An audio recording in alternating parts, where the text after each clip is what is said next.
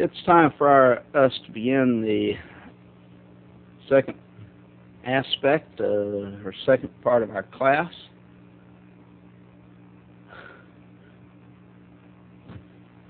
I'm not sure what's happening. I hope that's not coming through the... No, okay.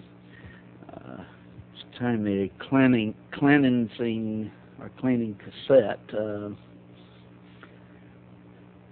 So hopefully it won't cut off. But here in the 11th chapter, as we're going through in verse 35, Jephthah reveals also to his daughter that the vow that he has made. And so in verse 36, she admits, well, God has done his part in Jephthah's vow. And she admits now that Jephthah now must keep his part of the vow. It shows us an important point here that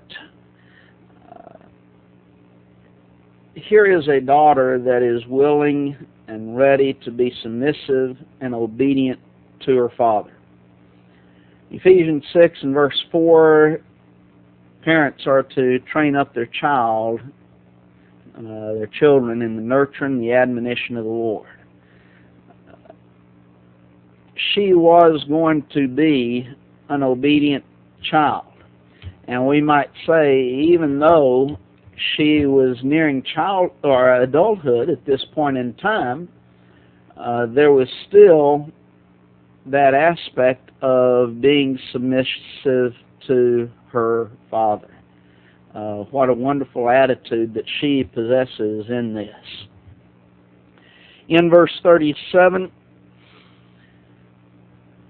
prior to the fulfillment of the vow, she requests, though, that she be allowed to go to the mountain and bewail her virginity along with her fellows or her friends. In verse 38, Jephthah allows her request that she made and sends her away for 2 months. Verse 39 now we get to the keeping of the vow. At the end of those 2 months, Jephthah keeps his vow to God, doing what he said he was going to do. Now then, as we look at this, do we come to the conclusion that Jephthah offered his daughter as a human sacrifice, or does he offer his daughter from that spiritual aspect as a perpetual virgin in service to God? I believe, as I mentioned in the previous hour, that it is that second aspect, that he offers her as a perpetual virgin in service to God. Some of the reasons, and I'm not going to try to go through maybe all of the reasons that have been given or all of the arguments that have been given, but I do want to look at some aspects. It would be contrary to God's law it was contrary to God's law to offer human sacrifices. We see this in several passages in the Old Testament: Deuteronomy 18 and verse 10, Deuteronomy 12, verse 31, Leviticus 18, verse 21, Leviticus 20, and verse 25. Thus, to offer his daughter as a human sacrifice would certainly be doing something that would be contrary to the will of God. It would be done thus without God's approval. Now, there were times in which we would see human sacrifice.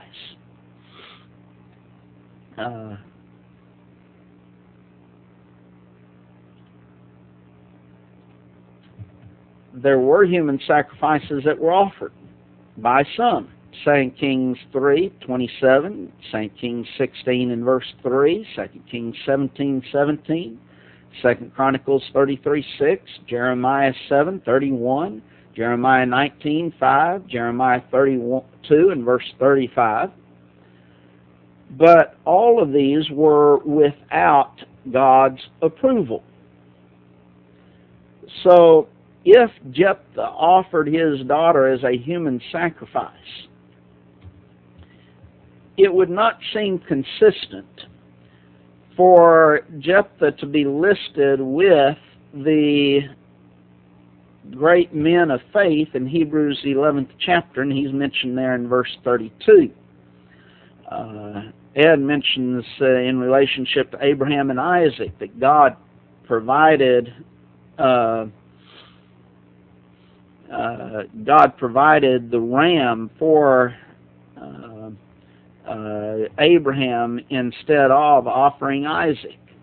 Thus it does not and would not demand a human sacrifice. At least he did not allow the human sacrifice of Isaac in relationship to Abraham.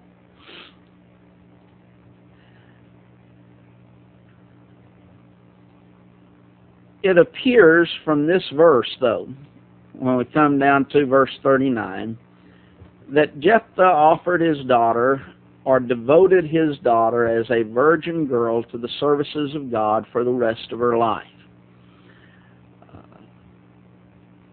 The first reason would be that, yes, excuse me. The first reason, human sacrifice was a violation of the law. A second reason is, in relationship to it, there is no condemnation for Jephthah's act. If he offered her as a burnt offering, a physical offering, and giving her life in that way, why not any condemnation for Jephthah for the act? Compare this with the condemnation of Gideon for the making of an ephod.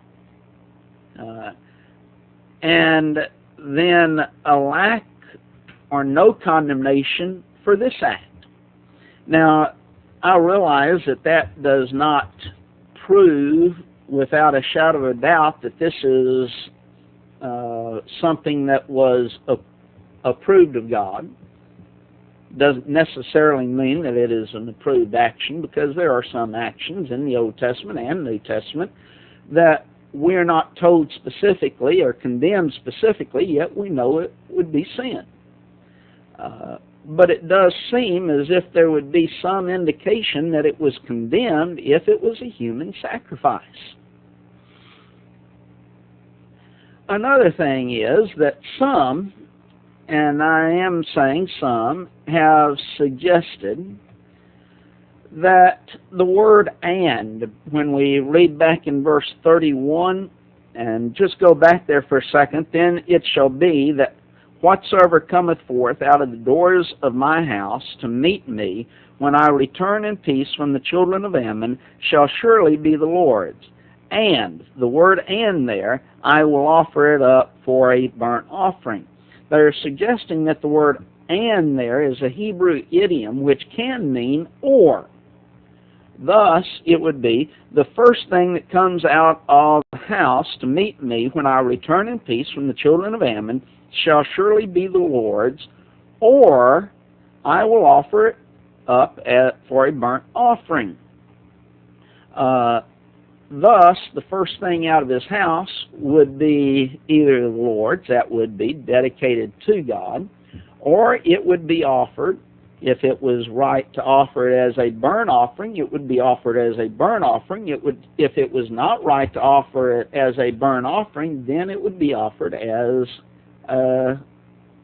dedicated to God, consecrated to it would be the Lord's in that sense. So that is another possibility. A fourth, and this is really the point that got me in leaning this way or believing this, is that she went in the mountains to bewail her virginity, not her death. She asked, verse 37, let this thing be done for me. Let me alone 2 months. I may go up and bewail, or go up and down upon the mountains and bewail my virginity, I and my fellows. Why bewail her virginity if she's going to be put to death? Doesn't seem right. Why not bewail her death instead of her virginity? What she's bewailing is her virginity, not her death. That indicates to me, at least, that it is, from that standpoint, that the sacrifice is made, that it is not her physical life, but that she becomes a perpetual virgin in service to God. A fifth thing, reason would be that if she knew that she was going to die, that she was going to physically die upon being offered as a burnt offering, why spend the last 2 months of her life in solitude instead of being there with her family?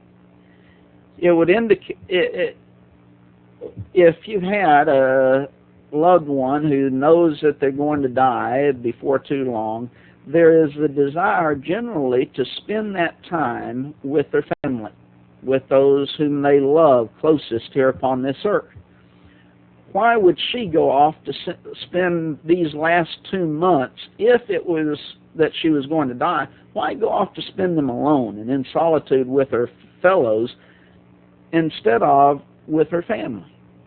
That would not make sense. It would not be consistent with what we generally think of as what takes place with man. The sixth thing, and here's the other aspect from my belief in particular, that if she was offered as a human sacrifice, then what is the purpose of the phrase in verse 39, and she knew no man? What purpose is that phrase?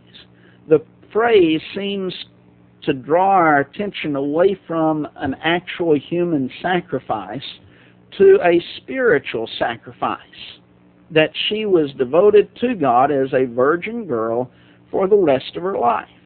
She knew no man. Did she forfeit her life? No, it's not saying that. She was offered to God as a virgin girl the rest of her life, thus she knew no man. Now then, as I mentioned, there are some, though, who would teach that he offered her as a human sacrifice or a burnt offering to God. Let me mention some of the arguments that they would use along this line. The first, and I'm not saying that these are the best arguments, these are some of the ones that I felt that were of better nature than the others. Though, I'm not trying to be exhaustive in all of the arguments that might be made on either side, but to give you some representative ideas. The first argument that they would say is Jephthah's desolation when his daughter greeted him points to a death. You go back to verse 34. And behold, his daughter came out to meet him. It says that, verse 35 actually, it came to pass when he saw her that he rent his clothes and said, Alas, my daughter, thou hast brought me very low. Thou art one of them that trouble me. Why the desolation when he sees his daughter if his daughter is not going to die? Well, I think it would be, the answer to that is very simply, he would have been equally sorrowful seeing that this is his only child. And she now is not going to be able to perpetuate his family in Israel. His seed line is going to end at this point. Thus, I think that is the reason for his great sorrow, and not the idea that he's going to put her to death. A second argument that is made, no grandchildren. That would be the idea, as Ed puts. Second idea that they present is that her receiving a 2-month reprieve prior to carrying out a vow suggests that she died. So that's a second argument that you would see along that line. However, the 2-month reprieve would be appropriate if she left home for a life of perpetual service at the tabernacle. Going away to serve at the tabernacle from now on, that's going to be my life. And so she's mourning for her life as a virgin, not that she's going to die as a virgin. So again, that I see does not carry the idea or the weight that would be given to make this that aspect of a physical death or physical sacrifice. A third argument is that the institution of the 4-day annual feast in Israel argues for her death. And again, I don't really see that as one having to follow the other. It might be that they instituted this because she's so admirably submitted to the will of her father and to God, instead of rebelling against this. I mean, it could have been very easy, especially she's almost grown apparently, and she's now going to have to remain a virgin for the rest of her life in service to God or at the service to God. That takes a lot of submission to the will of the Father and to God. And it might be that they instituted this 4-day feast for that purpose and because of her virginity, instead of the fact that she died. I don't see that it necessarily argues for her death. A fourth argument that I've seen along the aspect of it being a physical offering or death is that the Israelites worshipped the gods of the Ammonites and Moabites, according to chapter 10 and verse 10. And the leaders of those nations did sacrifice their children in a physical way, according to 2 Kings 3 and verse 27. And thus they would say that he making this offer, since they worshiped the god of the Ammonites and the Moabites who offered their children in sacrifice, that would indicate that Jephthah offered his daughter as a physical burnt offering. But the point on this is Jephthah worshipped God, not the idols of the other nations.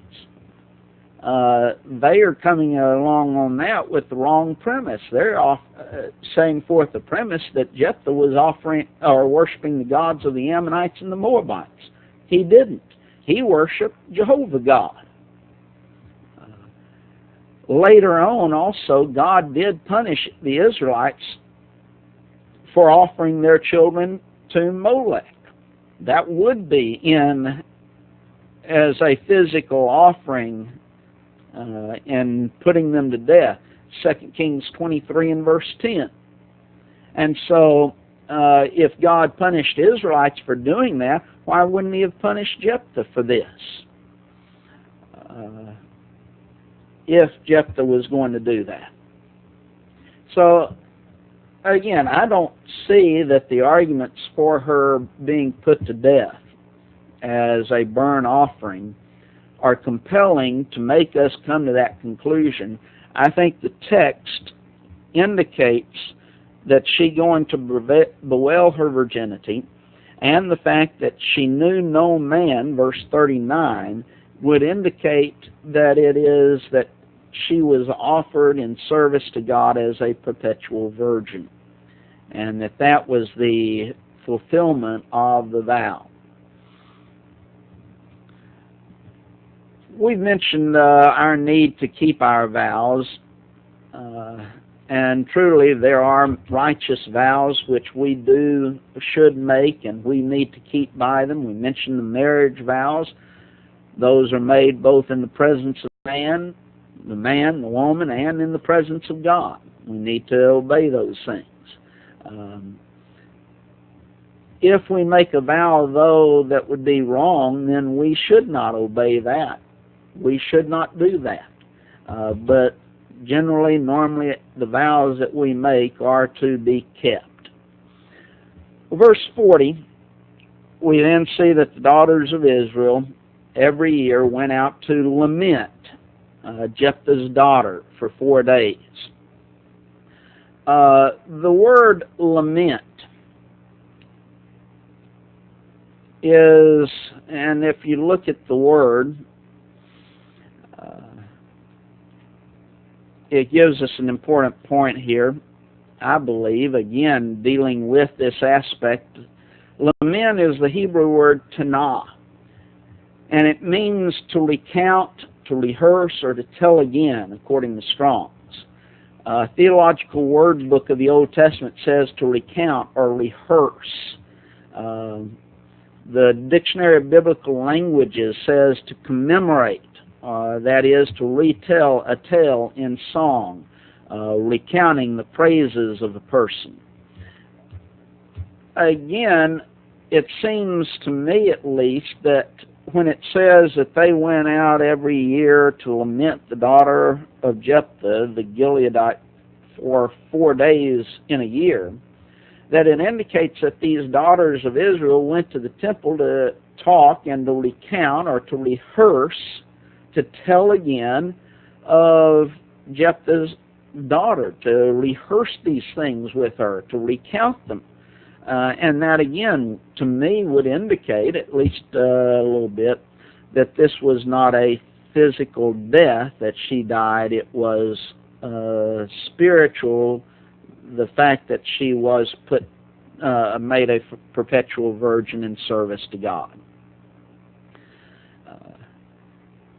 Well, now then, chapter 12. We have Jephthah's war with Ephraim. In the first 7 verses, Ephraim, verse 1, is upset because they feel like they've been slighted by not being involved with or in the battle against the Ammonites. They, again, seem to have a superior attitude over their brethren. They thus ask Jephthah, "Why didn't you call on us to help out in the battle? Why didn't you come to us? We're the ones that you should have come to." And they tell him, because of this insult, we're going to burn your house with fire. This must have been a common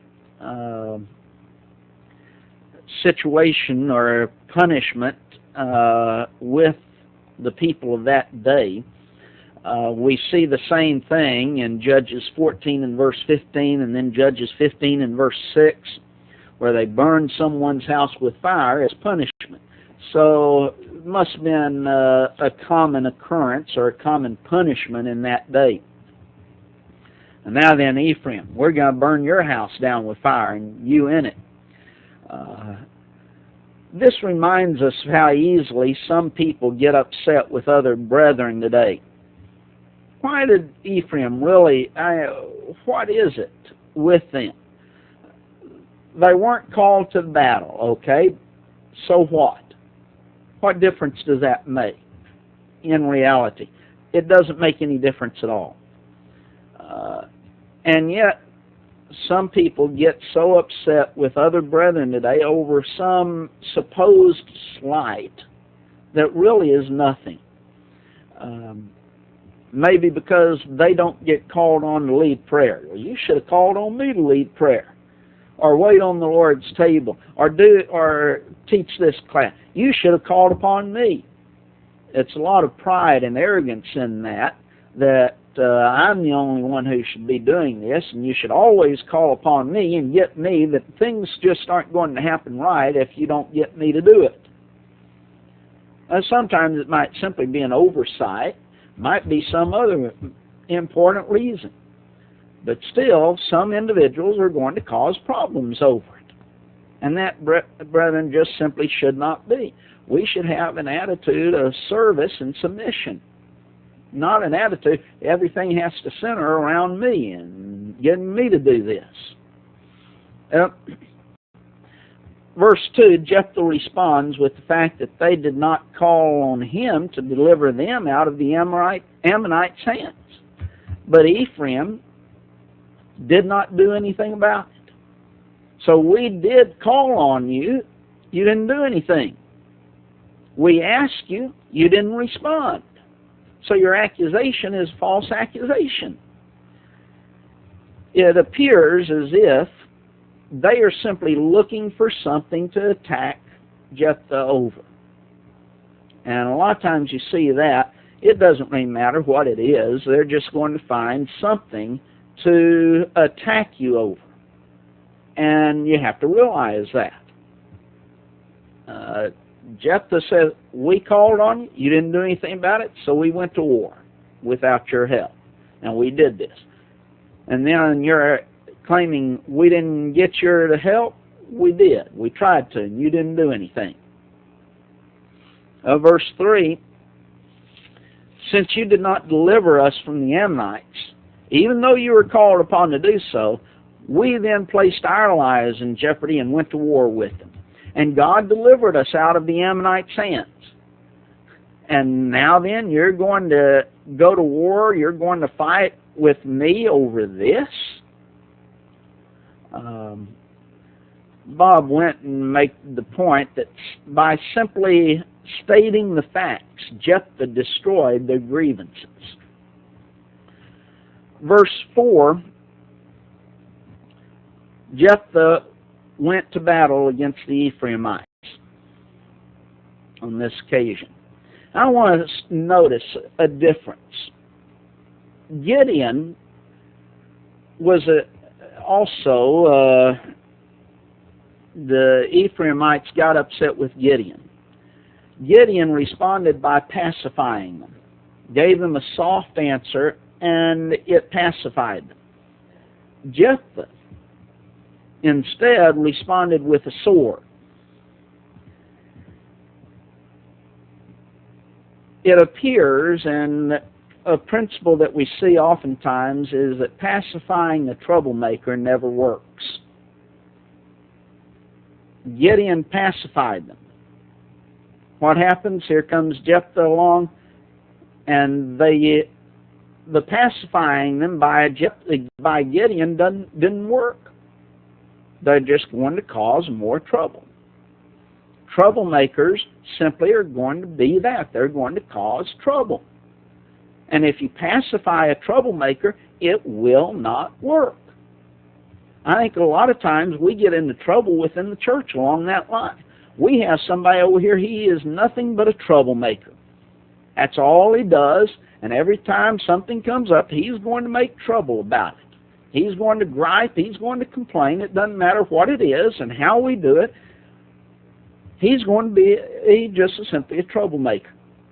And we sit back and we try and pacify him, and we try and do everything to satisfy him, and we try and be nice to him and not get him upset. Doesn't work. And it won't work, because he is a troublemaker. And it didn't work when Gideon did it, because they just got mad about something else. And so here, Jephthah goes to war with them. Sometimes it's better to put a troublemaker in their place than to try and pacify. And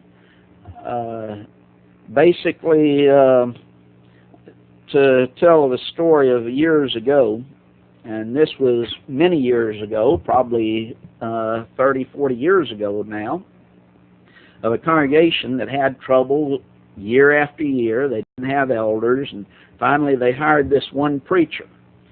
And this preacher got them to install elders, and the day that they installed elders, that preacher got up and he started lighting into all these troublemakers and dealing with them from a public standpoint. This was on a Sunday morning, telling them they're not going to cause trouble anymore and calling them by name. And one of them stood up, tried to get him to shut up, basically, and he told them, shut up and sit down because I'm going to get to you in a few minutes. Well, a lot of those troublemakers left as a result of that. But guess what? They never had any trouble in that congregation I think he was there for well over 25, maybe 30 years. They never had a bit of trouble in that congregation again. The pacifying of troublemakers doesn't work.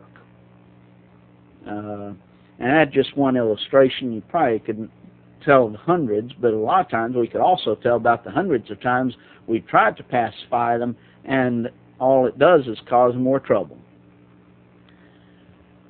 Well, the Ephraimites considered the Gileadites as fugitives, as we see here in verse 4, apparently because they had settled on the east side of Jordan, and so they were thus fugitives. Monson wrote this about that aspect. As is so often the case, internal disputes broke out after the common enemy was subdued.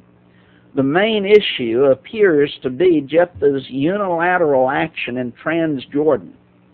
However, a much more serious issue is apparent, a developing independence among the tribes east of the Jordan.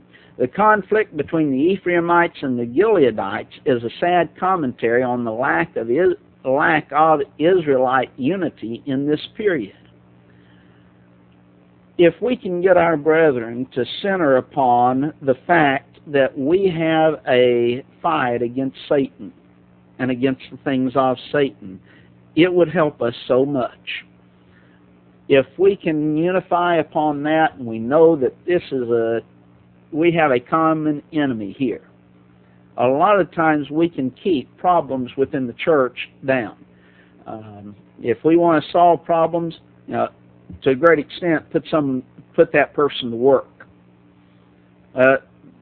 Here he points out that there seems to be this conflict now between those on the east side and those on the west side of Jordan.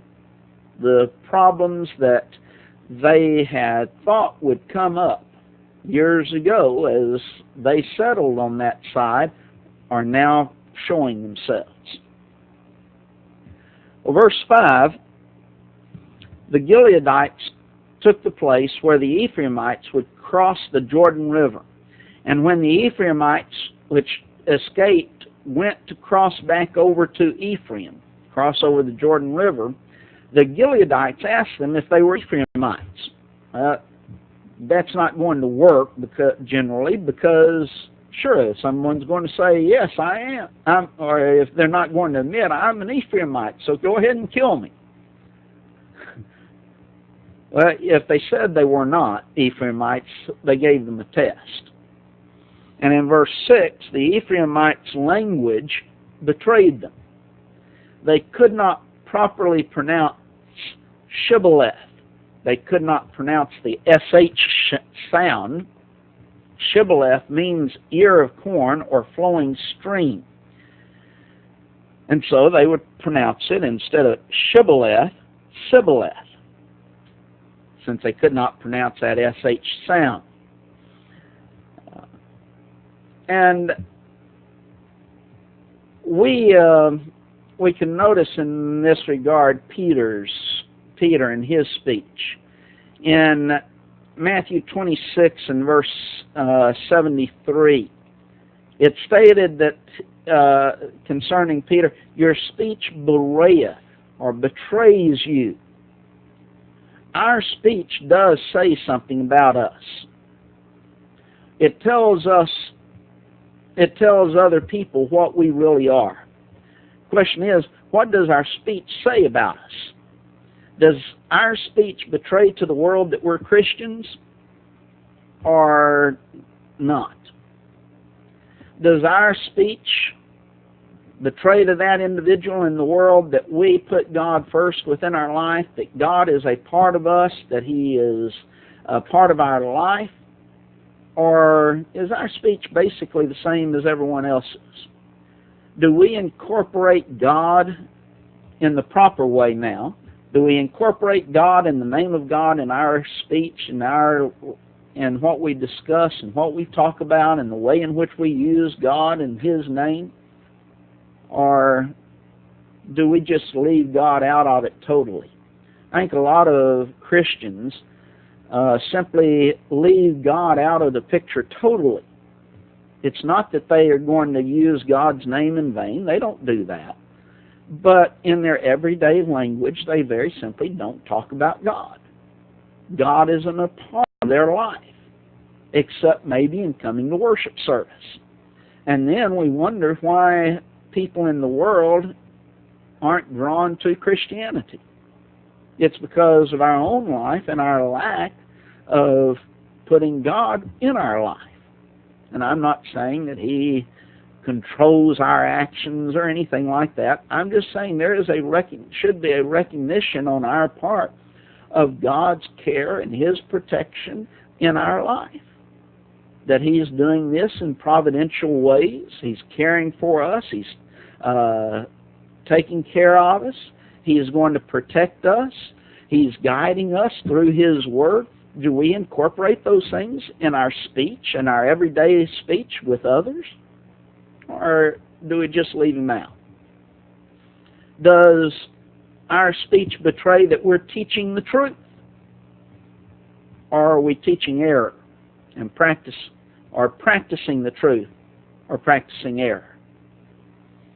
Jesus taught in Matthew 12 and verse 37, by thy words thou shalt be justified, and by thy words thou shalt be condemned. What do our words say? Joe makes the point it's easy to get a Christian to discuss a TV show or politics or sports, but not the Bible, and that's true. It's almost to the point you can discuss anything with anyone, and that's including Christians, except the Bible and except God. Just leave God out. Well, that's sad. It should not be. Christians should be, and God should be the first thing on their lips. And now then, getting back to verse 6 here. If one of these tried to cross back over into Ephraim, and they could not properly pronounce the word, then they would take him and put him to death. A total of 42,000 men were killed during this time. And we might notice there that there was a great price to pay for Ephraim's jealousy. They were just very simply jealous. You got this great victory without us. We're jealous of it. And now then, because of that jealousy, 42,000 men are killed. Constable notes about this that unfortunately Jephthah treated his own brethren, the Ephraimites, as he had dealt with Israel's enemy, the Ammonites. He unleashed his zeal and took vengeance far out of proportion to what might have been legitimate. I think that's might be wrong. He dealt with them, but there might be certainly an aspect of killing 42,000 of the men. Maybe it could have been done easier. Maybe it was he unleashed his zeal a little bit too much and took vengeance out of proportion. Verse 7, Jephthah serves as a judge for 6 years. He died and was buried then in one of the cities of Gilead. In verses 12 through verse 18, now we're told about Ibzan. judging Israel. Verse 8, Ibzan is identified as the next judge, and he is in Bethlehem, that is in Zebulun, which would be about 7 miles northwest of Nazareth. It is not the Bethlehem of Judah, which is where Jesus was born. Different Bethlehem. Verse 9, Ibzan had 30 sons and 30 daughters. Again, that would indicate prestige and wealth, and very possibly polygamy. Thus we see again the depths of sin and wickedness that they had gone to. He sent his children abroad while he judged Israel for 7 years. In verse 10, he died and was buried in his hometown of Bethlehem. Then verses 11 and verse 12, we have Elon judging Israel. Elon means mighty. In verse 11, he's the next judge. He's from the tribe of Zebulun, and he judged Israel for 10 years.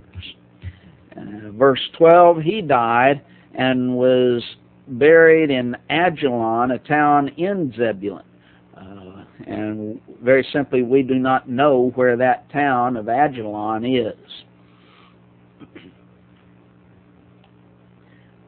In verses 13 through 15 then, we now have Abdon judging Israel. Abdon means servant. In verse 13, he is the next judge, and he's from Parathon, which was west and a little south of Shechem in the hill country of Ephraim. In verse 14, he had 40 sons and 30, King James says nephews. American Standard says sons. Thus would be his grandchildren. So 40 sons and 30 grandchildren. And probably it is grandchildren or sons instead of nephews, as King James would have. These 70 rode on donkeys, which would again indicate the prestige and the wealth that he possessed, and he judged Israel for 8 years. Constable writes that the fact that several of these judges, or of the judges, fathered large families point to their living like the eastern potentates of their day. This is further evidence that Canaanite culture was influencing the Israelites adversely. The judges' lives evidenced mixed success and failure. In verse 15, Abdon dies and was buried in his hometown of Parathon. In chapter 13, then, we have the Philistine domination and the birth of Samson. In chapter 13 and verse 1, we have apostasy. And so here we're beginning to see, verse 1, the seventh cycle that we've discussed in departing from God. They again do evil in God's sight. God thus delivered them into the hands of the Philistines, which was the second step, disaster that comes upon them. The number of years they were oppressed was 40 years. Here, though, as opposed to other occasions, there is no specific cry to God for help or deliverance from the Philistines. Later, we do see that they did not even cooperate with Samson in opposing the Philistines. And in fact, they even aided the enemy. And I wish we had time to talk about individuals who aid the enemy. It's a sad situation, to say the least. In verses 2 through verse 14, we have the announcement of Samson's birth. I'm not going to go through that. We don't have time, because I do want to make a couple of comments in closing. But I wish we had time and had hoped to get into the aspect, for example, that we see in verse 12, where Manoah and his wife ask, "How shall we order the child, and how shall we do unto him?" The training of our children is so important. And yet such a problem within the church. We as individuals are losing so many of our young people. And the reason is, so many times, we very simply are not teaching them and training them in the truth of God's Word. We need to be looking to God and to God's Word as to how we train our children. And going through that and training them in the way of God so that they will build a faith within themselves. Well, there's a great deal that could be said about that, but we simply don't have time this morning. And since this is our last class session, I wanted to mention how appreciative I am of each of you and the hard work that you've done during this class. I know that I've learned a lot more than what you have. That's, I think, always true, as to someone teaching a class learns more than the individuals who are sitting at their feet. But I appreciate the hard work that you've done. You've all done a great deal of work. I appreciate that so much. And the encouragement that you've been in both the work that you've done, but also the kind comments that you've made. And I know that the promise of God is true, that if we will study and apply God's Word to our lives, that He will bless us. And I see you all doing that. I want you all to be encouraged in continuing the way that you've been going. And in these classes on OABS, I know that there's a lot of work that's put out for you to do during the week, but it will be good for you as well. So I appreciate that, and I want to encourage you to continue in the ways in which you've been going. And hopefully we will get to meet someplace along the way here upon this life, and if we don't, I expect to see you in heaven when our lives come to an end and when Jesus comes back to reclaim His people. And I guess the best way to leave you is with the words of Paul, that I commend you to God and to the word of His grace, which is able to build you up and to give you an inheritance throughout all ages, a world without end. So I appreciate the work, and I appreciate the efforts that you've made.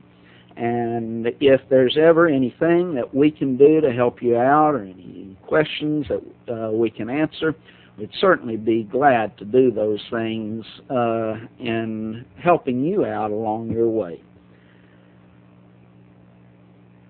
Well, our time is up, and as I say, we'll look forward to seeing you maybe next time during the next semester as well. I'll check in with you at times and hopefully see you then.